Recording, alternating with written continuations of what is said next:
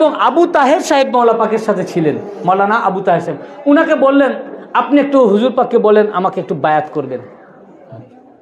তো মৌলা পাক কোনো উত্তর দিলেন না, বায়াত করতে চাইলেন না বা কিছু বললেন না। শুধু উনার খাদেমদেরকে বললেন যে ও মেহমান এসেছে, ওকে চা পান করাও। ওকে কি করো? আর কিছু বলেননি। বলে হুজুর বিস্কিট টিস্কিট বা কিছু বলেন, ওকে চা পান করাও। তখন সেই সময় চায়ের রেওয়াজও ছিল না, চা কোথায় পাবেন? এমন সময় কোন এক ব্যক্তির চা নজর করলো। মৌলা পাক বললেন এইখান থেকে ওকে চা দাও। চা করে তার সামনে হাজির করা হলো।